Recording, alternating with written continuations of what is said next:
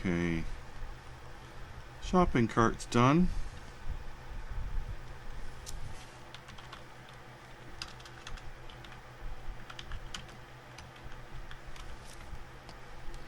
Now let's do a cereal box.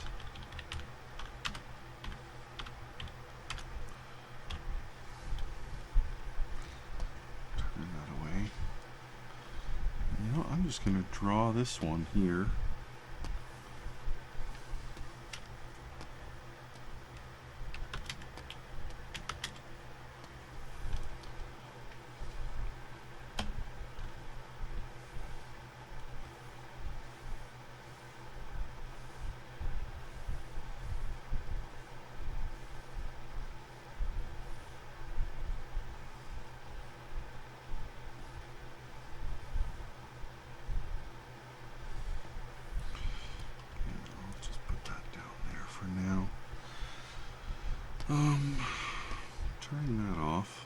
Turning that off for a second.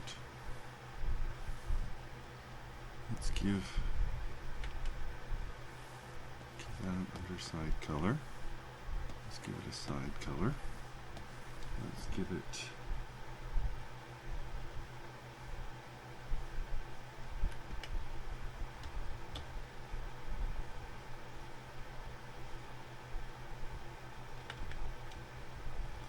that.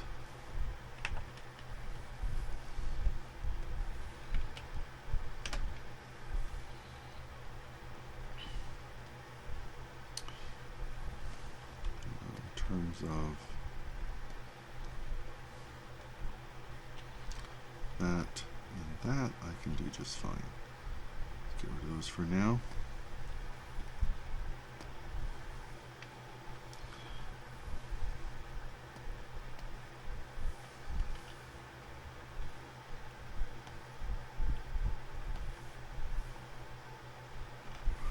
And let's make this one blue. And let's make this one pink.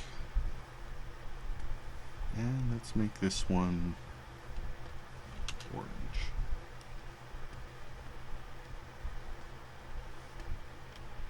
Leave that one red.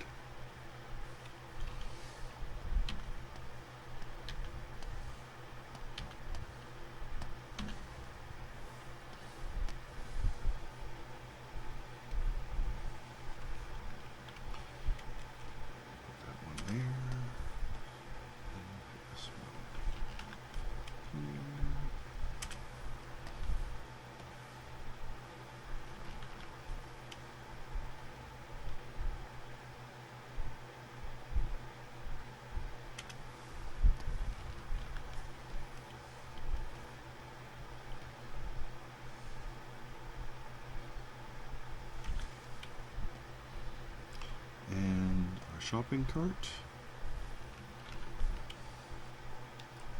is now full of cereal boxes.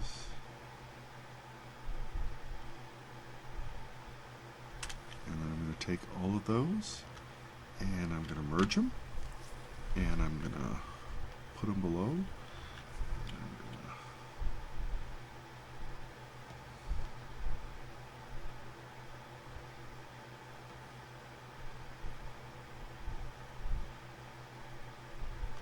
I'm not going to do that because that doesn't look good. So I'm going to take them all again and I'm just going to duplicate all of them.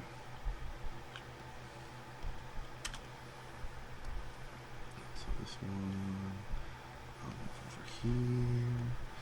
This one, I'll move over here. This one, I'll move over here.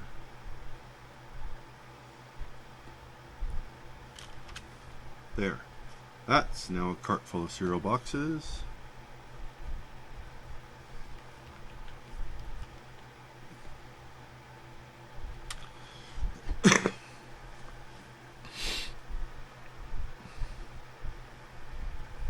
Thanks, the Hills.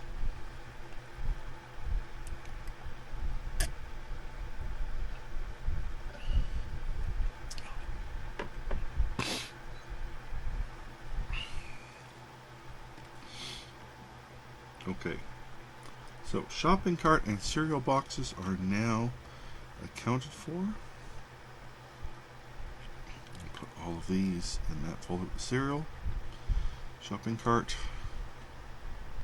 Don't talk about that no more.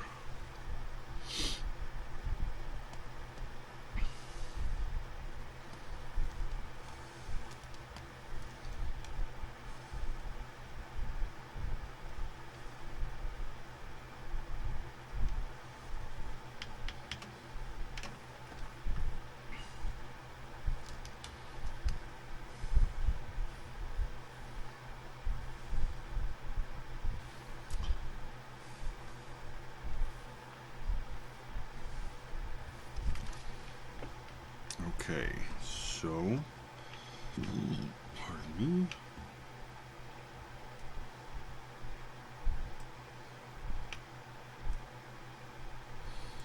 The Hills, not really.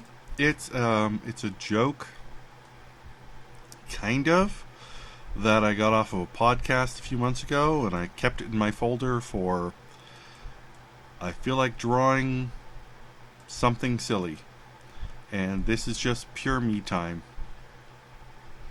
Kind of what I mostly do on this. Sometimes do commissions, sometimes just scratch a silly what the fuck kind of idea.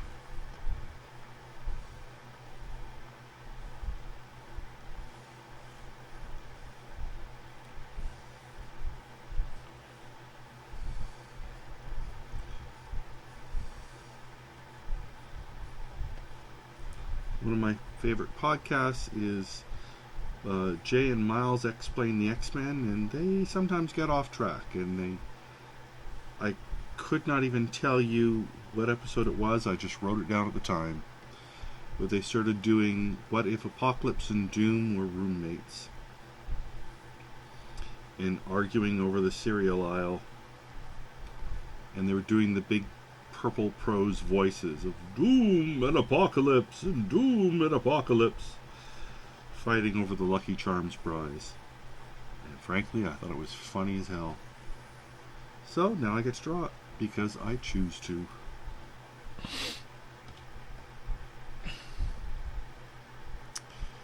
Lythra, I kinda did. Not really though. We were told to when we're getting our pictures, don't look at the puppeteer, don't look. So I couldn't even. I think he had brown hair, but yeah, they were kind of big on like don't break the illusion. And I'm like, why am I even looking at? Why am I talking to you? I've got Grover in front of me. You know, it was all I could do not to hug him, because I think that would have been frowned upon.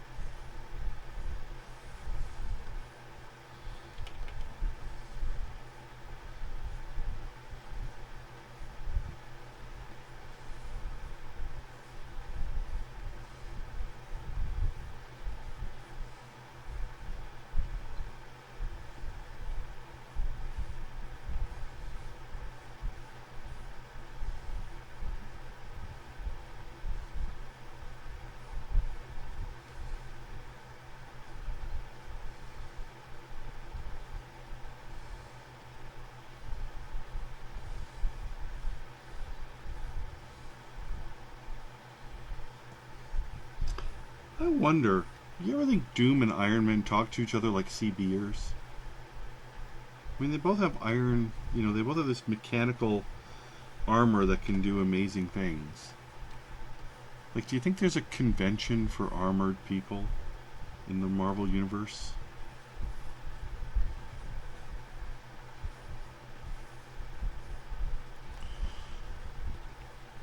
King of Latveria, got your ears on? Iron Stark? I don't know. How do CBers talk? I should know this. I lived in the 70s, but it was so annoying.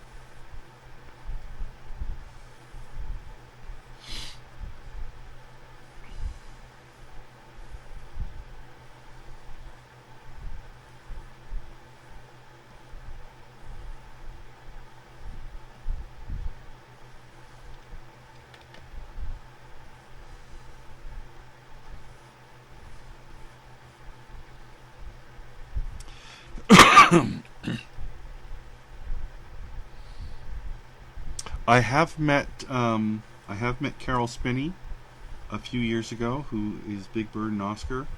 He was at a New York Comic Con, and he had copies of a small book of I wouldn't call it an autobiography, but it was his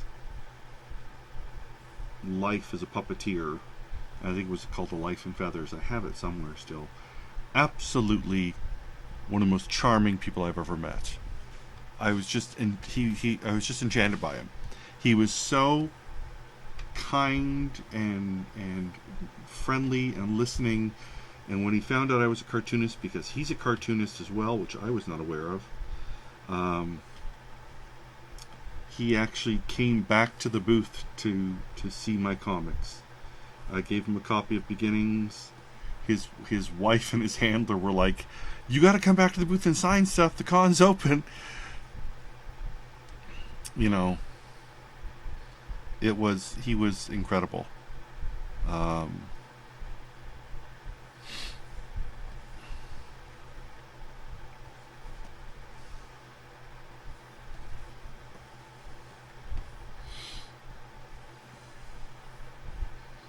It is one of my treasured moments at a convention.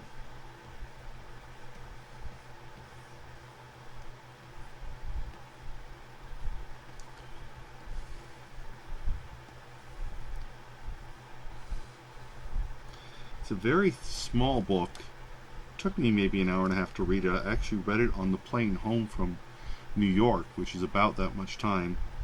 And even then I had to put it down sometimes because they were just such heartwarming stories, especially the brief chapter about when he went to visit China. You know, in the mid-70s, when Red China opened up after Nixon visited there, and Bob Hope went on tour there, and he was invited to come, and they had no idea who Bob Hope was. They had no idea what Sesame Street was. They had no idea who Big Bird was, and he was the star because he was a giant bird puppet. He was a giant bird walking down the street. The children flocked to him. The adults couldn't stop smiling at him. He was the best ambassador they could have hoped for, because the novelty of seeing this character really brought out the regular people from behind their sheltered lives. You know, Bob Hope would go out there and make jokes, and they get translated, and it was, you know, polite reactions.